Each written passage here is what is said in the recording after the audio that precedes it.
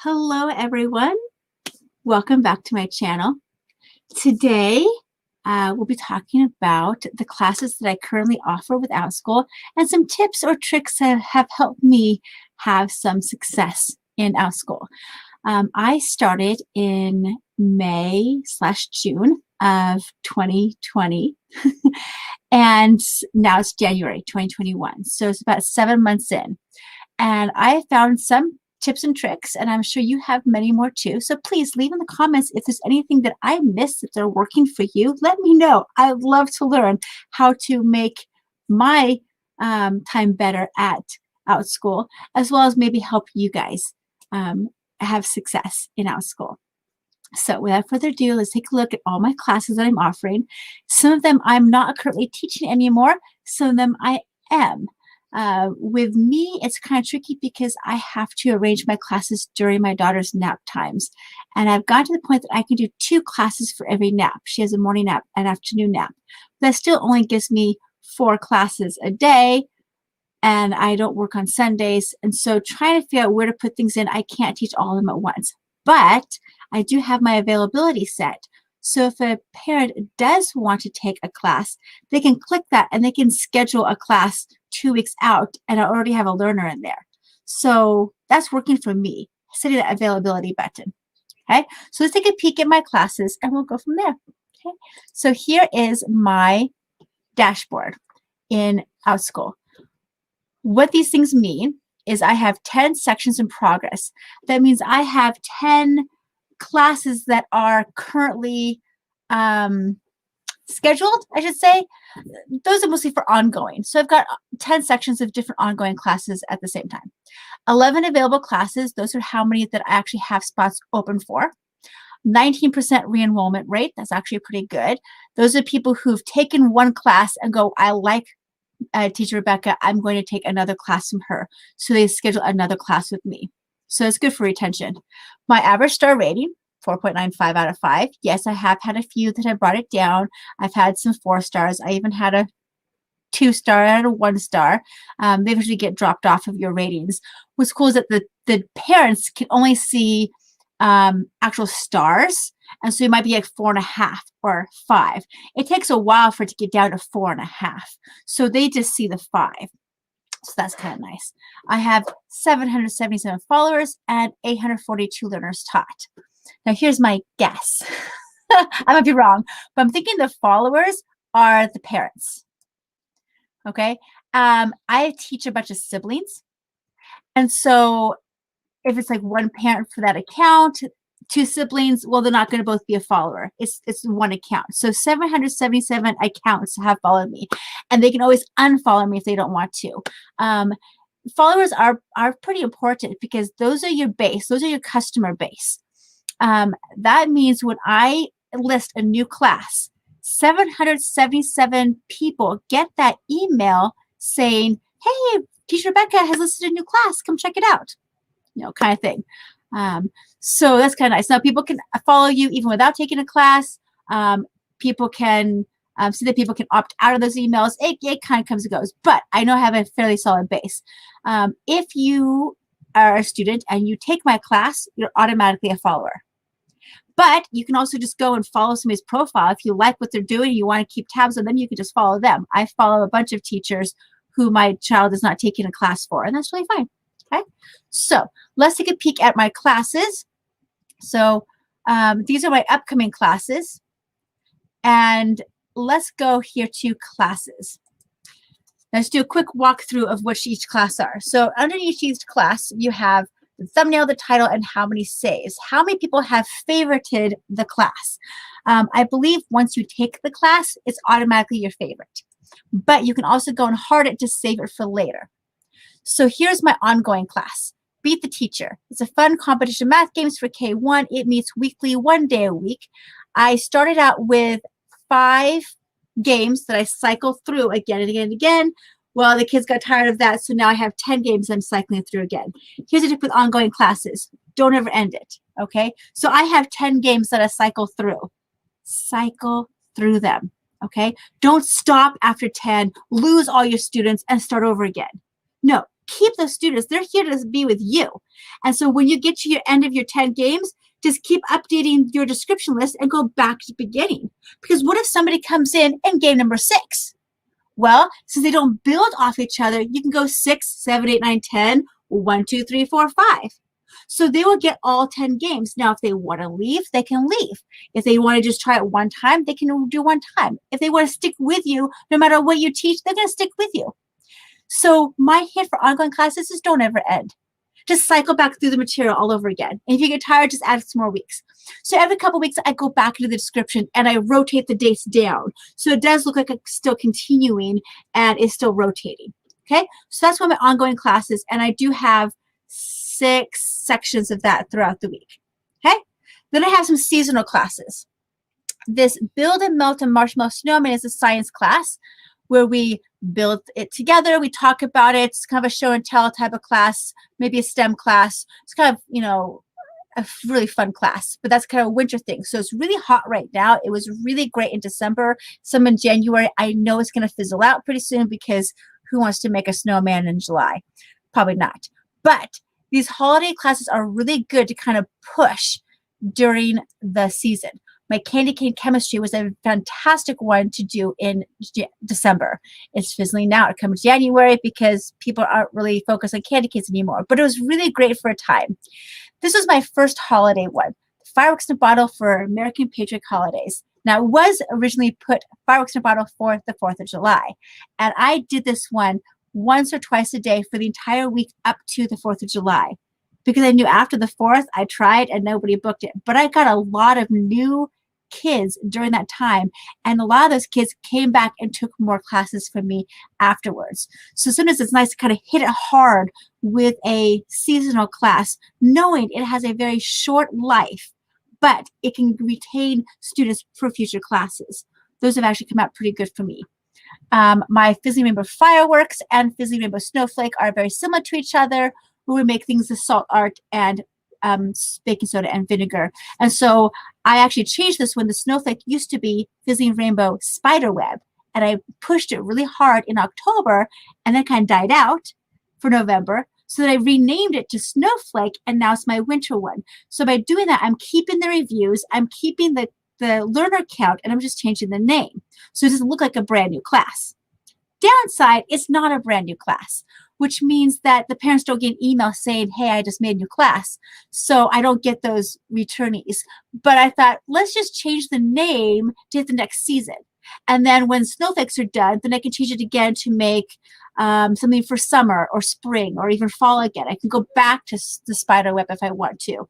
I can keep changing that to hit new seasons because I really like that class. Okay, here's my brand new class. Here's my Valentine class. How do you show love? Hidden message Valentine craft and chat. You can always change the title if you want to. I practice this at home. My first section of this is coming up very soon, so I'm kind of nervous. The first time I ever teach a class is so nerve-wracking because I'm like, I had it in my head how I wanted to do it, and then these kids come in and go, oh, I have to change and adapt. But once I teach it a couple of times, then I'm much better. So that one only has 12 saves because it's a brand new class. Let's keep going down. Here's my other ongoing class. Since I started out with science experiments, I decided, okay, since my home life schedule is fairly consistent with nap times, I could do another ongoing class. I had a math ongoing class, and that went really well. So let's do a science ongoing class. So now this one has about 20 weeks, and I found these ideas online, on Pinterest, anywhere I'd heard of it, and I'm going to be adapting them and changing them, of course. And so I took like 8 of my one-time classes and put it into this one, and then I added more as well. And so I actually put a star next to the ones that are my one-time classes, and I tell them in the description saying that if you want any of these as a one-time class and you missed it in the ongoing, come join me in the one-time class. So they can book me again. They can help. Downside, I put this out here 6 months after teaching many of these one-time classes, and I have some regulars who are now taking this ongoing classes, but they're repeating the same lesson. Oops.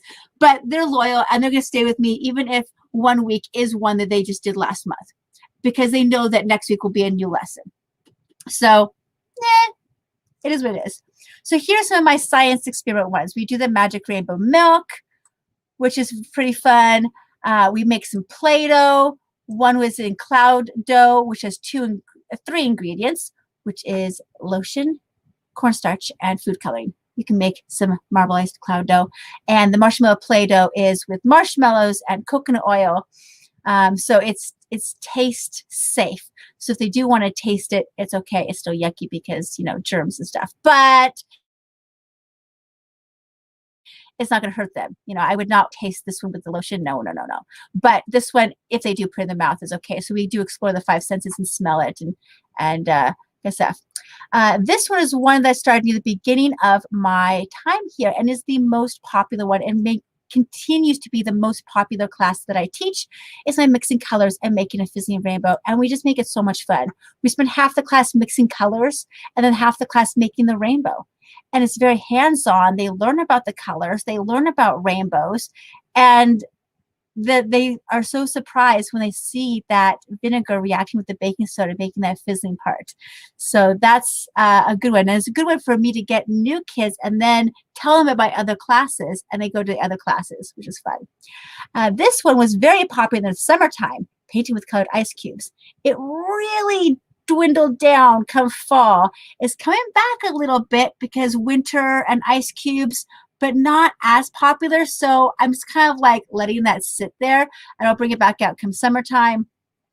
These camps, I have two camps. One is ages 3 to 7 and one that I recently changed the title, but that's like 8 to 12. So there's similar science experiments. I made those when I only had like 3 science experiments that I did. So I put them together in a 3-day camp. To me, camps don't work out so well. Other people have great success with camps and have it like it's a multi-day course where the parent buys the entire course.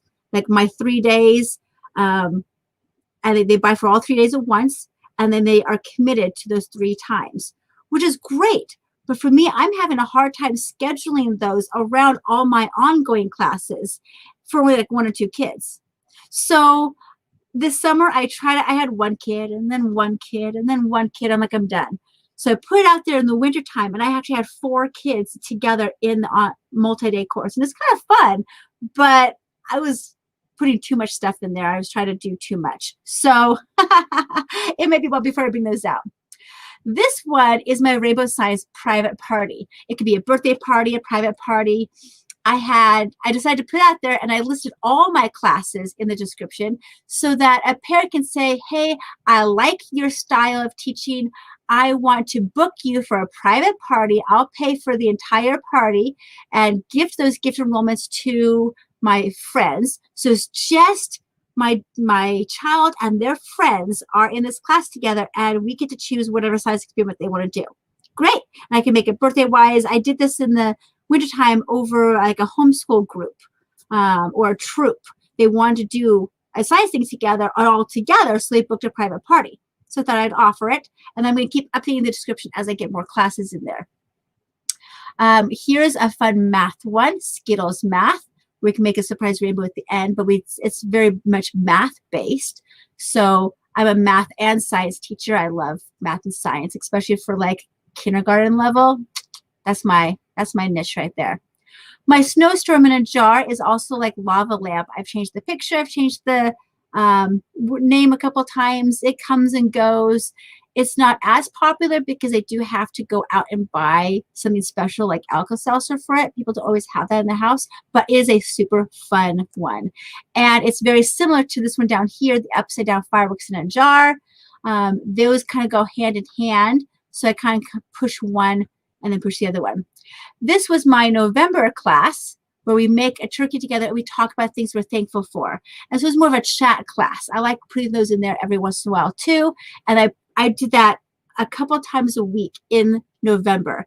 And I knew that once Thanksgiving was over, I might get 1 or 2 more days out of it, and then it's gone. But during that time, I did get quite a few learners. So, and I got all my regulars in. Because a lot of my regulars are like, we've taken all your classes, Teacher Rebecca. Can you make more? So once a month or once a season, I'll make a new class, and then they can decide if they want to come to that or not. And I have noticed that my first couple sections of any class I make are mostly regulars, the re-enrollments, and then those kind of die out, and then I get some new people coming in because now they see that I have reviews, they see I've taught some learners, they see that I have some sold out classes or some pretty full classes, and so the momentum's going. This one, I was working on it, and then I decided to, not do it. It requires some revisions, and my heart wasn't in it. So I'm not going to revise this one. I'm just going to stick with what I have. I'm going to go with what's working. Up here, you can see what these are listed, not listed, and I've actually archived some that I don't want to do anymore. Some of these were based off of parent suggestions in the Sunday email. So responding to requests, this, that, and I decided, nah, it's okay. I'm not gonna do it. I could have made a new class for that, but I already have classes for that. So they would have found me anyway. So it's fine. This is my very first class I made, and it did not do very well. I thought, let's go math. Let's find shapes of the house. Let's do easy stuff. The same with my show and tell class. It's got some saves, but not very much.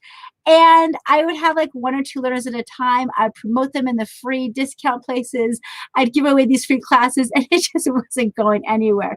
But once I got that Fizzly Rainbow class, it shot off from there. So I'm like, you know what? I'm just going to archive this. That means that it can no longer be found on Outschool because I accidentally left this one as listed, and somebody booked it, and nobody else joined in, and I had one person. I'm like, okay, so I'm just going to take it away. So sometimes your classes are not going to work out, so you just take them away. Sometimes you can leave them in there. Like I don't have all of mine active. And one way that I can find which ones are active or not is I can actually go up here to find classes. And I search for myself all the time as if I was a parent. I do it. All the time I search for myself, and it was really helpful because at the top part, I just type in my name because then I know it's going to show up. At the top is the one that's coming up next. Okay, so starting soon. So this is next, and this is my next class after that. And it shows in here, when it meets.